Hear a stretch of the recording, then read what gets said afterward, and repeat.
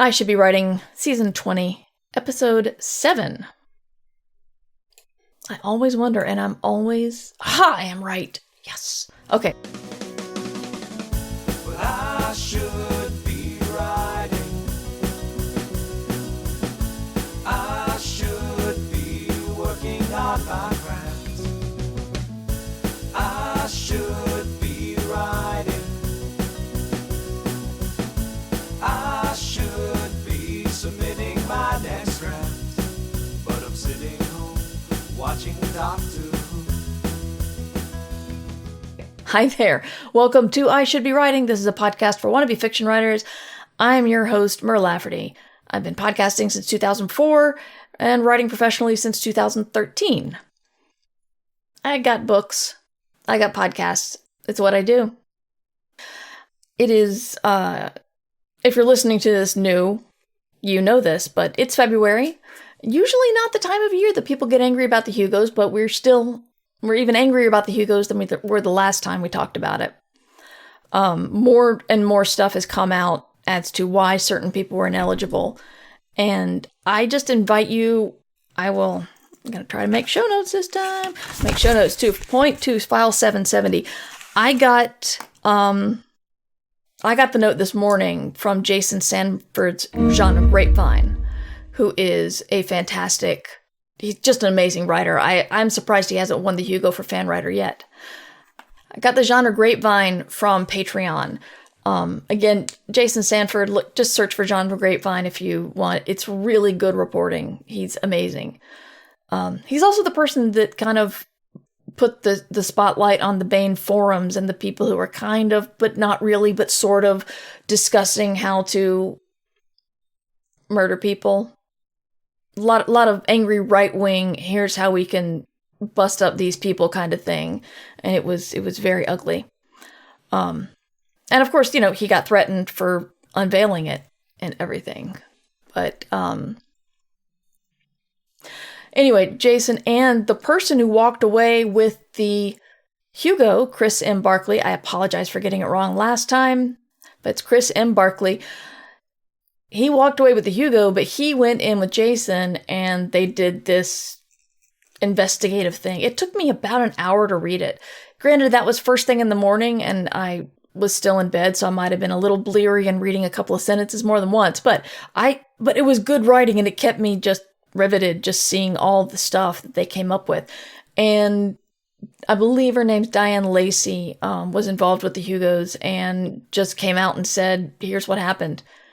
And it was a good apology, but I still felt like she didn't give quite enough information. In the chat, Cassie B says, I think Jason may be getting the Hugo for best related work for this journalism. Yeah, I think he and Chris and Barkley should share it, but this was amazing work. Just the people that they talked to, the information they found out was really good because we were sitting here with the fact that we had these rules of what the Hugos, what will win the Hugo Awards, how they will win it, what's eligible, what's not eligible. Whenever we have the rule of you have to release all the numbers of the long list in 90 days within 90 days after the ceremony. But there's nothing that says, and if you don't, this is what happens. Which is why some of the people involved on higher ups were like, yeah, we can't fix this. And they got either resigned or resigned with heavy suggestion. It feels like when you learn how delicate the structure is beneath you in like a civilized society. And, the Hugos got upended, in 9 years ago. And that showed us one way we were built on sticks and glue, trying to put all of science fiction fandom on sticks and glue. But now again, it's like someone broke the rule and realized there's not going to be any consequences. I mean, yeah, there are consequences in that he's not going to be working on that anymore and people pretty much hate him. But like, he made a ruling and the structure just kind of crumbled because there was nothing to support that. He could do whatever he wanted to. And he said he was going to do whatever he wanted to. So, it's just been kind of digging at me all day, which is probably affecting my mood. Cassie B says, one thing that utterly infuriated me was an almost throwaway line about how some ballots were disqualified because they appeared to be part of a slate. Slate are not against the rules. EPH will moderate their effects instead. That's the whole point of E pluribus Hugo. EPH, or E pluribus Hugo, is the rules tweaks that we put in place after the sad puppies phenomenon, where they filled the Hugo ballot with their slates. And then a slightly different way of weighing nominations was created, and they call that E pluribus Hugo. Sad Puppies was 2015. That's kind of been my focus today. But I said the topic of this episode was trusting yourself.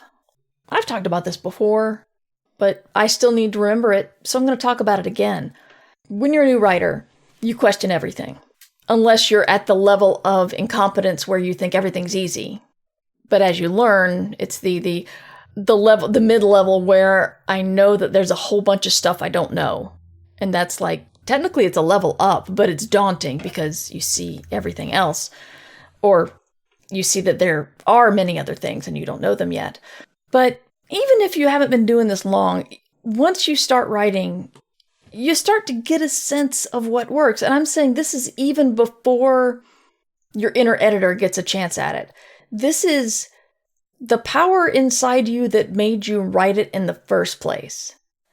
Because no matter what imposter syndrome you have, it takes some chutzpah to write a story. Because what you're saying is, I've got this thought, and I'm going to write it down because I think others might like my thought too. And then you write it, and then you critique it, and then you're afraid to show it to anybody, and then. But right at the very beginning, when your editor's not there because they don't even have anything to edit, it's just you thinking, I want to write this story. That is a level of confidence that even the most shy of us have if you actually write a story. You might publish it on AO3 under a pen name, but still, you think your story is good enough to go out there and be seen. What I was doing this morning is fretting over some characters in my new project, and I got out my favorite character book and I wrote some stuff down. Then I got out a couple of like emotion thesaurus and positive trait and negative trait. And as I'm reading through it, I'm like, I know this. I just don't feel confident. None of it was giving me any flashes of inspiration. I'm like, I know this. This is how I feel when I read The Writer or Writer's Digest. It's not that they have nothing to teach me. I'm not saying I'm that level of fancy, but I'm saying a lot of times I don't have faith in myself and I go off looking for a book or a magazine or something to help me get the answer. And I'm sorry, Dorothy, but the answer was with you all along. And I just have to remember to trust myself. It's not bad to look things up, but I think I've written enough to where the craft stuff, I shouldn't be doubting the craft stuff so much. And it's even hard for me to say this. It makes me feel very imposter syndrome-y to say this, but when I was looking at one of the books, it was, yeah, I think I got this. That's what I think about trusting yourself. And if you're not, mid-career or even beginning career, you still know story better than you think you do. I have absolute faith in that. And I'm not saying don't learn from craft books. I'm saying there may be a time when you pick up a craft book to learn and you don't learn anything. And you may either be frustrated because you didn't learn anything, but the thing is you might have already known it. I am not as good at pontificating about the writing of fiction as some people. I was at Bosco and I was on a panel with Scott Lynch and I'm like, major imposter syndrome there. Scott is very smart. He speaks very well on fiction-y things. And at one point when it was my turn to talk, I'm just like, well, this kind of is like Writer 101, but, so yeah, like Scott Lynch talks very smart stuff, writes words good, says words good. And, I hope I do a little bit because I have this podcast, but I still stumble around. But, the downside of trusting yourself is realizing there isn't going to be an easy answer to be found in a book. Because wherever you have to find that answer, it's somewhere else.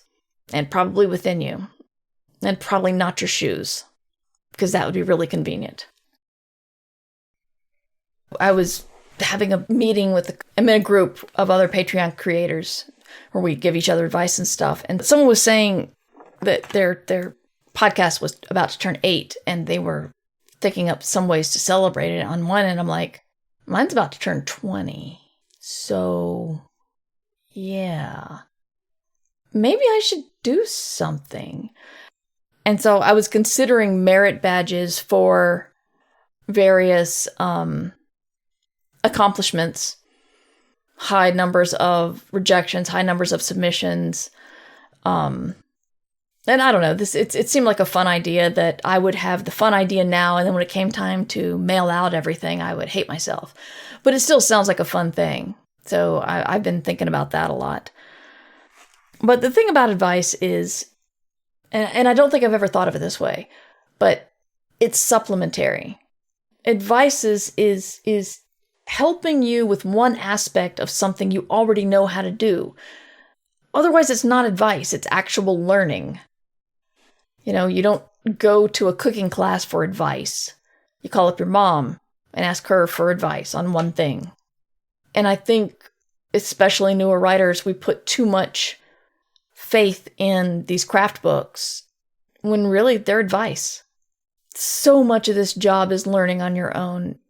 And that sucks and it's lonely. Which is why I have this podcast, really.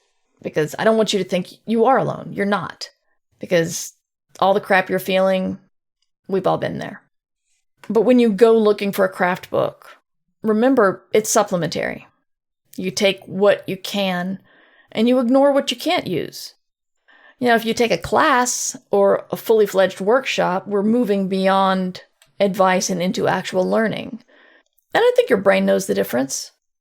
But I don't think I've ever said it out loud, that all this crap on the internet, all of our bite-sized, tiny attention span information, it's advice. You don't have to make it. The more I watch TikTok, the more I get angry at the people who make terrible, terrible meals. And they're hoping to be roasted by a Chef Reacts. And it's just that kind of bad faith and these are like the clickbait people. And that kind of bad faith creation just makes me angry, because if I did it, I would feel dirty. Because I wouldn't be making stuff for you guys to enjoy or learn from or get advice from. I would just be trying to get eyeballs to beat the algorithm to get a $10 check from Twitch or TikTok. Sometimes I wish I could be a little bit more clickbaity, but even the thought of it just makes me feel dirty. I don't know. But I'm sitting home watching Doctor Who. Thank you guys for listening or watching or hanging out. If you would like to get in touch with me, ask me a question about writing or my writing, mightymur@gmail.com is my email address, and my podcasts and books and all the stuff I do can be found at murverse.com. I stream on Twitch Tuesday, Thursdays, 3 p.m. Eastern Time, twitch.tv/mightymur. And I'm also on other things like TikTok at mightymur and Instagram with mightymur2, the number 2. Anyway, I will see you guys hopefully on the live stream tomorrow, where I'd like to get some fun stuff going.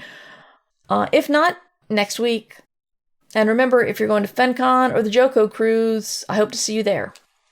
But remember, guys, if you got any questions for me, ask me here, or ask me in email, or ask me in the Discord. And if you want to support via Patreon or Substack, patreon.com/mightymur or mightymur.substack.com. And you'll get extended exclusive content and no ads. See you guys next time. And until then, you should be writing. Thank you for listening to I Should Be Writing, the longest-running writing podcast in existence. This episode was made possible by the Fabulous, who support the podcast via Patreon or Substack. Join the Fabulous at patreon.com/mightymur or mightymur.substack.com. Theme music provided by John Anelio, art provided by Numbers Ninja, and podcast hosting provided by Libsyn. This episode is released under Creative Commons Attribution Non-Commercial No Derivatives 4.0 license. You can find all of my books and podcasts at murverse.com.